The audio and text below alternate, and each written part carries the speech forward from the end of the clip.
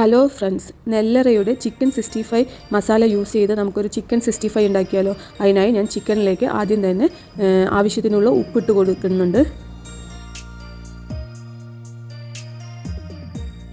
ഇനി ആവശ്യത്തിനുള്ള മസാല ഇട്ട് കൊടുക്കുക. ഇവിടെ ഞാൻ നെല്ലറയുടെ ചിക്കൻ 65 മസാലയാണ് ഇട്ട് കൊടുക്കുന്നുണ്ട്. ഞാനൊരു 3 സ്പൂണോളം ഇട്ട് കൊടുത്തിട്ടുണ്ട്. ഇനി നമുക്കിത് നന്നായി ഒന്ന് മിക്സ് ചെയ്യുന്നതിന് മുന്നായിട്ട് കുറച്ച് നാരങ്ങാ നീരും കൂടി പിഴിഞ്ഞു കൊടുക്കാം. ഞാനിത് ഈ പാക്കറ്റിൽ പറഞ്ഞിരിക്കുന്ന മെത്തേഡിൽ തന്നെയാണ് ഞാനിവിടെ ചെയ്യുന്നത്. ഇനി നമുക്കിത് നന്നായി ഒന്ന് മിക്സ് ചെയ്തെടുക്കാം.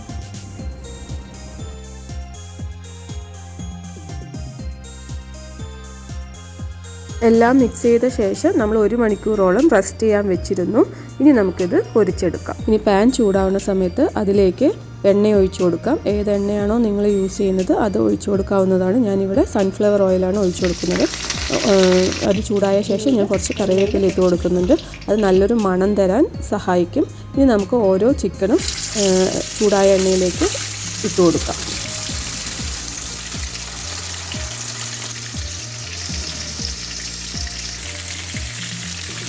എണ്ണയെല്ലാം എല്ലാ സൈഡിലേക്കും ഒന്ന് ആക്കി കൊടുക്കാം. അതിനിട്ട് ഇതുപോലെ ചെയ്താൽ മതി. ഇനി നമുക്കിത് മൂടി വെച്ച് വേവിക്കാം. ഒരു സൈഡ് വെന്ത ശേഷം നമുക്കിത് മറിച്ചിട്ട് കൊടുക്കാവുന്നതാണ്.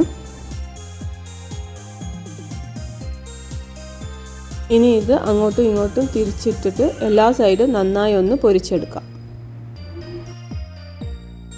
അങ്ങനെ നമ്മുടെ നെല്ലറയുടെ ചിക്കൻ 65 ഇവിടെ റെഡി ആയിട്ടുണ്ട്. നിങ്ങൾ ഇതുപോലെ ഉണ്ടാക്കി നോക്കി ഫീഡ്ബാക്ക് അറിയിക്കാൻ മറക്കരുത്.